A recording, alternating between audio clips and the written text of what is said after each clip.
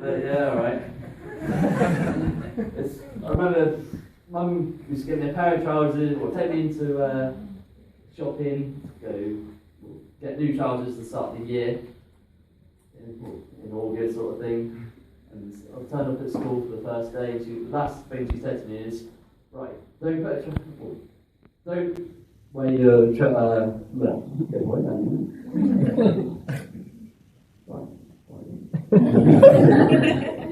Clark shoes, so they're the ones I went to school with. I play football all the time. It's like, right, when you go to play football, put your trainers on and make sure you don't put a hole in your new trousers. I'm like, yeah, not a problem, that's fine. So I remember I got through the first day, me and Ben were down there playing football after school.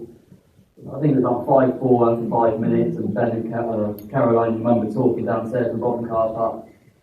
And suddenly, the unthinkable happened. I tripped over. I got a massive hole in my trousers.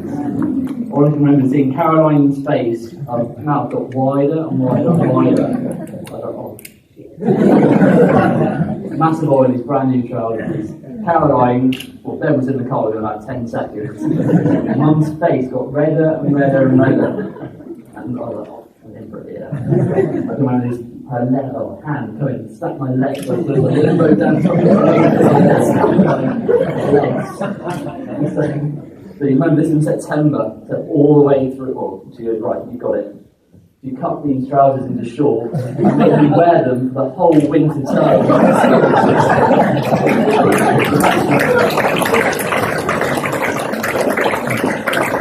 Dad on the last lap, because Dad brought me another pair of trousers on the way to school every day. He'd let me put the trousers on.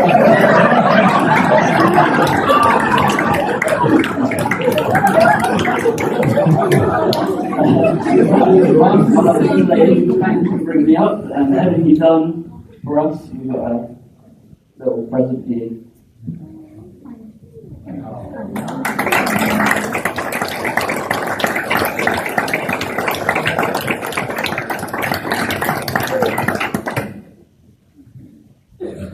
Rachel's man. A little present as well.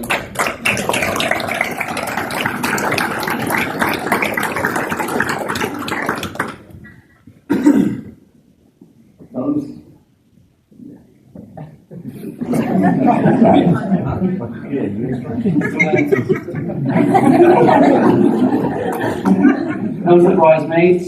I'd like to say how beautiful you all look. I think everyone will agree with that.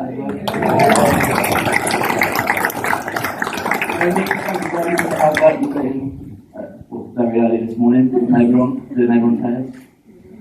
So thank you for Joe as well, organising, having a look at the invites, organising Rachel's Henry.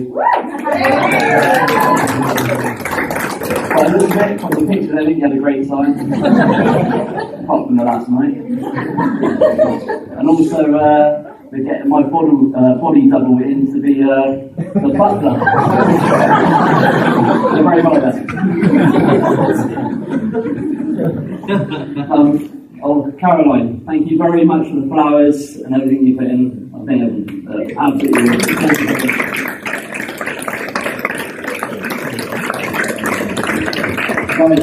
Ryan, and the best men, ushers and everyone, thank you very much for everything you've done. I think the stag dudes, you could say they were awesome. The first one we went to Cheltenham for the Gold Cup.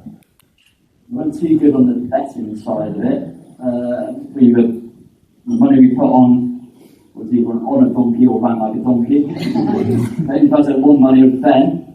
That's even because he backed the wrong horse. I'd like to thank the ushers for not letting Ryan kill me on the stag dudes. It's quite important that. Then we went to Vegas and we sat in our room for 6 days. You can't believe it. You can't see what 6 days they were, weren't they? Great 6 days. We got the blues looking out, looking everyone having a load of fun. Lovely bed. Yeah, bed. Lovely. They say about pool parties, so we actually had a bath, we sat in the bath. But that was, they didn't go on about pool parties, that's what we actually did. I've got a little present for the best man and usher, so if you come up, Joe's got the present to you. That's it. Oh, sorry. Morning.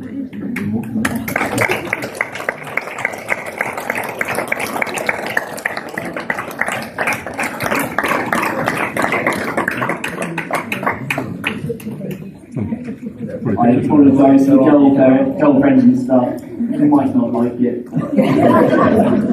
They got it right. Open them later.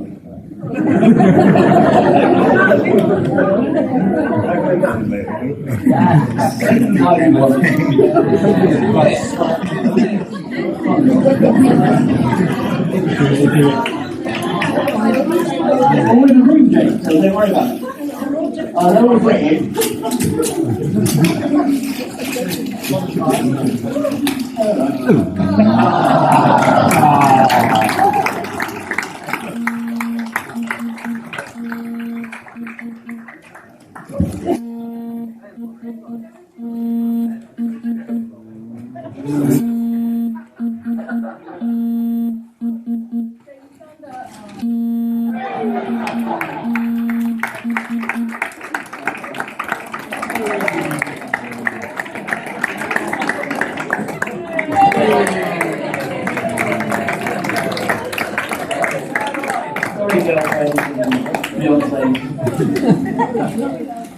So I've turned to my wife Rachel.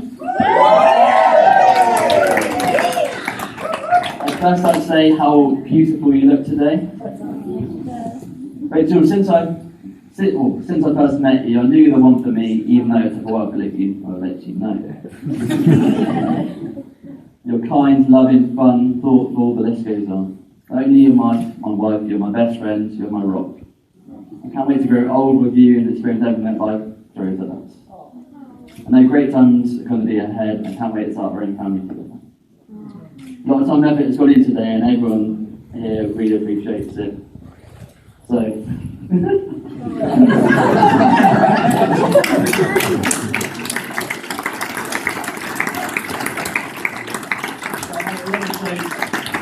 to my wife Rachel.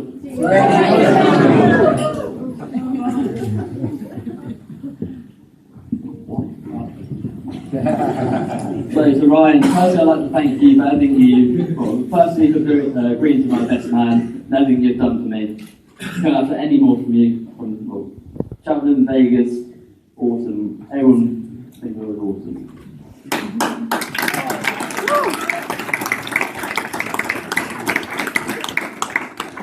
You told me how nervous you were. More nervous than me. I can't believe that. You've got a drama degree and an English degree. That's pretty easy for you to be there. Yeah, he was Santa. Which I find hard to do. So please feel free to heckle him in his speech and don't believe a word he says. Finally, Cassie, you know you like a bit of a sing song, etc. So I thought, you throw a name at me, I'll try and put in a song for you. Ooh. Graham. Oh, shit.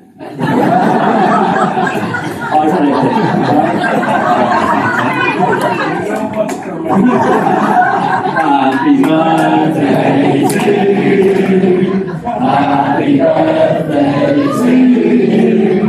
Happy birthday, dear Graddon. Happy birthday to you.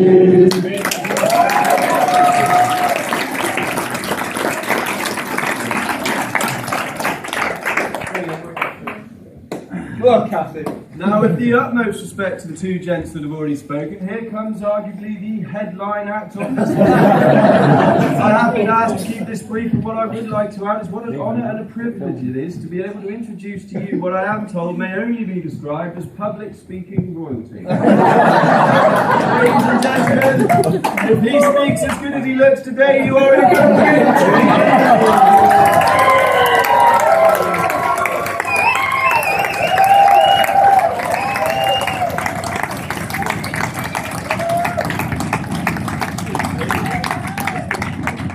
Thank you. Thank you. Marvellous. Firstly, I'd like to thank Chris on behalf of his bridesmaids for his kind words. But as his best man, I am going to warn him that is the last time you can compliment a woman in front of your wife without running the risk of being ignored for hours or a possible spare room sleeping situation. I suggest that you leave that to the professionals.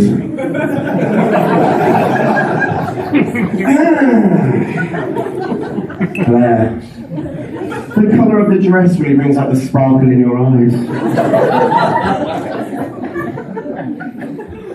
Kelly, the style of your outfit really flatters your perfect figure. Carrie, the Australian sun is doing wonders for your already glowing skin. Joe, your breasts look absolutely fantastic. Absolutely brilliant. And look, standing so close to you, I feel like Richard Gere, pretty woman. So a toast, please, for the beautiful bridesmaids.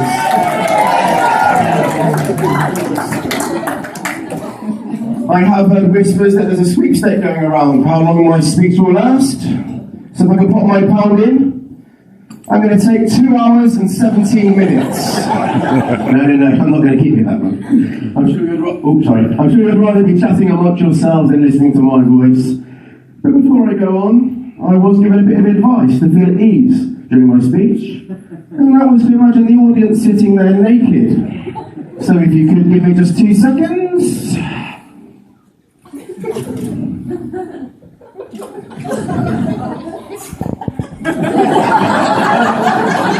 I see some women are already prepared for the Brazilian World Cup. Congratulations, ladies.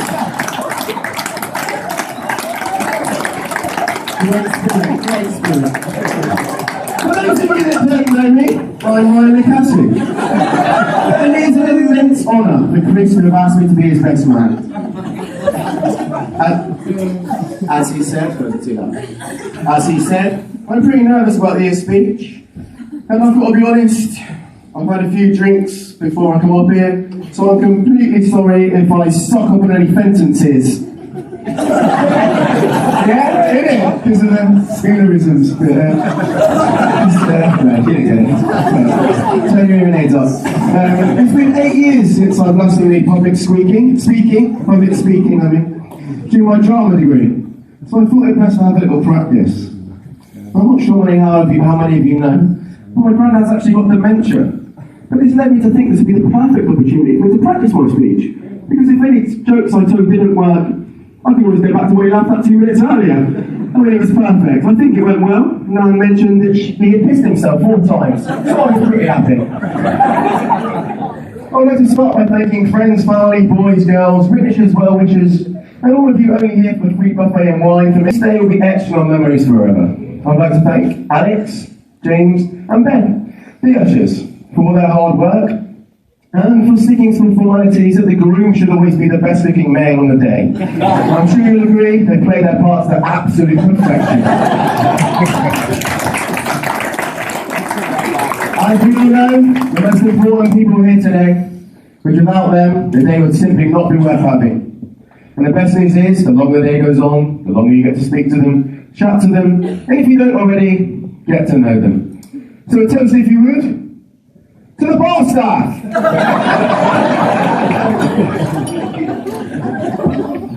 Keep drinking. Sorry. If I could draw your attention now to Rachel, the bride. How beautiful does she look? I mean, wow.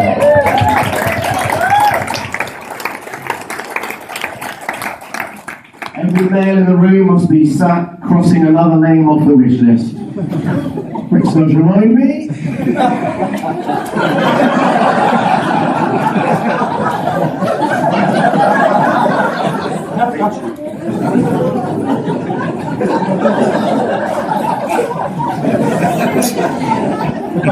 A show of appreciation for the beautiful bride.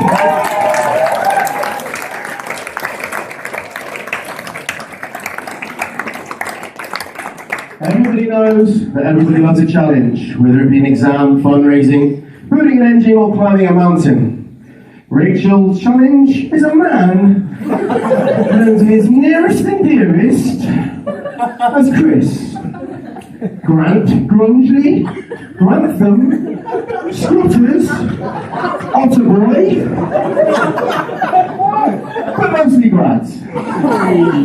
Rachel, you are now legally bound to love, honour, adore, cherish, trust, respect before making Bradley. And do you know what, Rach?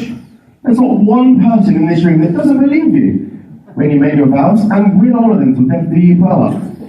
It does appear, however, that the small print, through no fault of your own, has been completely and utterly overlooked, and therefore is apparent in my speech because of its flaws. Rachel, you have now, by law, agreed to, and in no way is this a sexist, chauvinistic remark, cook for him. Make the bed for him, clothe him, wash him, hoover for him. Remind him of dates on the calendar, shout at him if you forget those dates, cut at him, sigh at him, and shake your head at him. But, in despite of his domestic frailties and lack of any household knowledge, you two work, yin and yang, Bert and Ernie, posh and Bex. Do a good drink. Spit one. I am going to be honest here. Before your trip to Barcelona, when Chris informed me about his decision to propose to you, I did warn him. Never go down on one knee for a girl that doesn't go down on two for you. So Rachel, absolute respect. Yeah, I'm sorry, it's better than fun.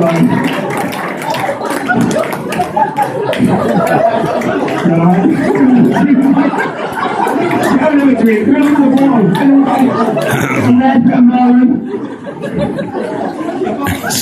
Now, ladies and gentlemen, it's time for the main event. Introducing to you the groom, Christopher David Graddon.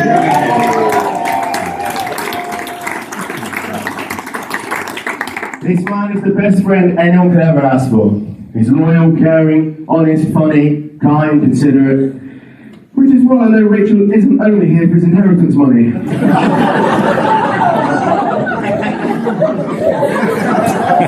Sorry. You're probably all thinking this part of the speech is going to include a lot of swearing, be sexist, full of sexual content and degrading to women. But I don't want to offend or embarrass the 7 or 8 girls here today that we've shared. No, that hasn't happened. Absolutely promise. That hasn't happened, mate. That hasn't happened. Promise. Absolutely promise. Just gonna have a drink, hang on. That hasn't happened, I promise. In fact, Chris has asked me not to mention the ex-girlfriends or lovers. So I've respected his wishes, even though it did take 4 seconds off the speech. It is in fact the showing of our first love, football, that Chris and I first met way back in primary school. Although in the early years we were enemies, playing against each other. Myself at Slowford and Chris at Ermington. However, like Chris and Rach, fate brought us together. After 2 seasons unbeaten at Mansco and numerous trophies, we were soon good friends. A friendship that blossomed throughout secondary school. 2 teenagers meeting up, sneaking around, sitting next to each other, much to the annoyance, wishes and requests by Karen. This is lovely, she believed I was a bad influence. Unbelievable. During my years of friendship with this man, I have established a fond affiliation with philosophy. Purely because some of the things my best friend had said in circumstances beyond, yet sometimes in, his control. Greek philosopher Socrates once said, I'm the wisest man alive and I know the one thing, and that one thing is I know nothing.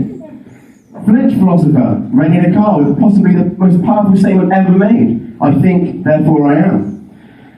And now I'm going to let you decide where English philosopher Chris Graddon ranks as a pure speaker, and where he should sit alongside the likes of Shakespeare, Plato and Aristotle, with the following quotes. Guys, you want a drink? Chris receives his GCSE grades. Wait for it. You know this, at least wait for it. Upon being ridiculed for achieving a G in modern foreign languages, Chris explains the grade to the lads by saying, yeah, G for German, innit? He later explained this was achieved by speaking English with a German accent. What the hell was oral exam? Congratulations on Nicky. Nicky, back at the bus. We're on our way back to our campsite for a night out. A young birthday girl sits down with a t-shirt displaying Chepstow Girls on Tour. Chris takes a liking to the female and begins working his magic with the following chat-up line. Gotta try and be you, Grad, now. Chepstow, that's where the horses are.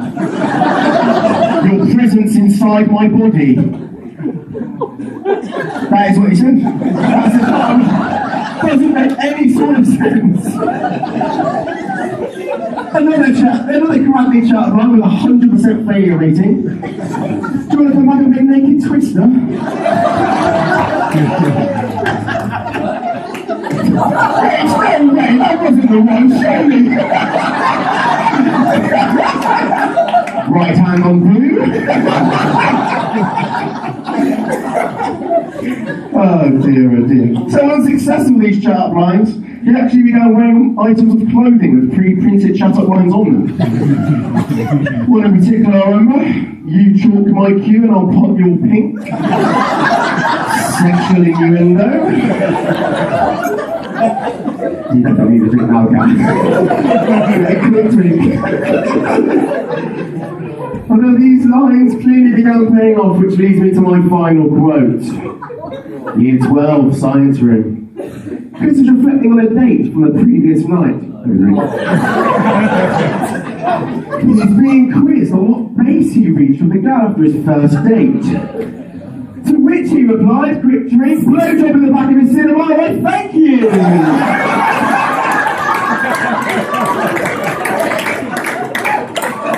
It was year 12, it was all legal, it was fine.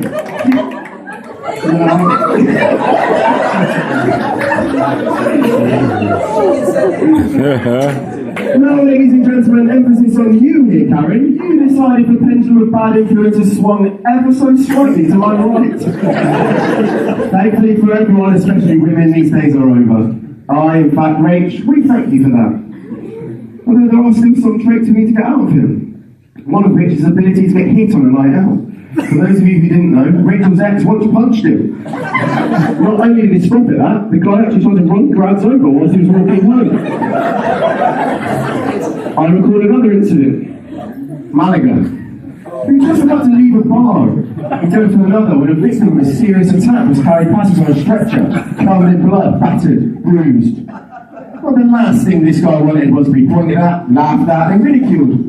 So Chris, being very sympathetic, pointed at him, laughed at him, and ridiculed him. Much to the annoyance of the local police who assumed that Chris was the perpetrator of the event, and began beating him with their batons.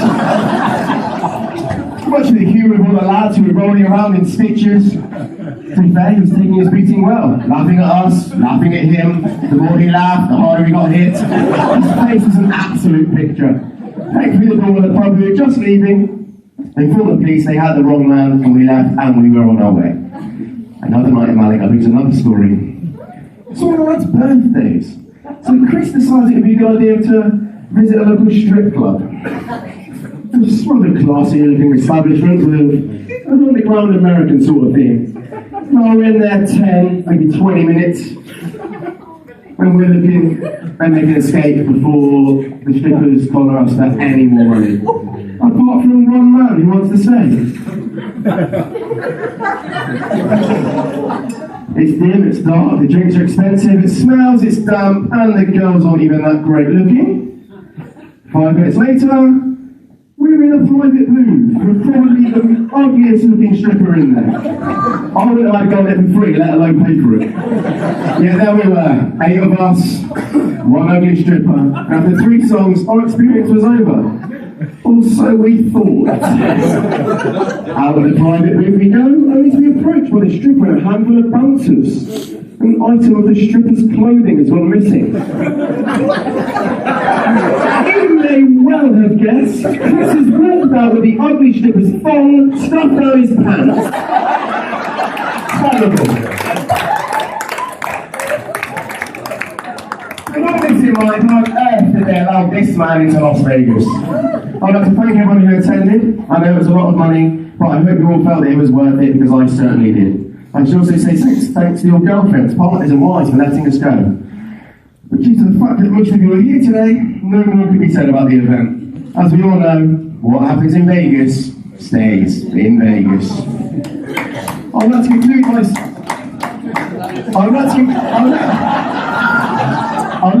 my speech with thanking Chris for bringing Rachel into my life. And I'm sure I speak on behalf of all of our friends and family when I say that. Chris, you're my best friend, and as much as another straight man can love another straight, now married man, I don't need a speech to tell you I do anything for you and your family, which is now, of course, extended to a beautiful wife, Rachel, because you already know.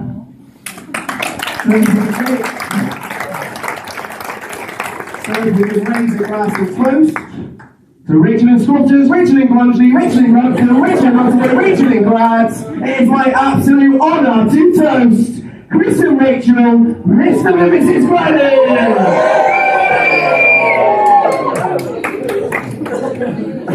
Thank you.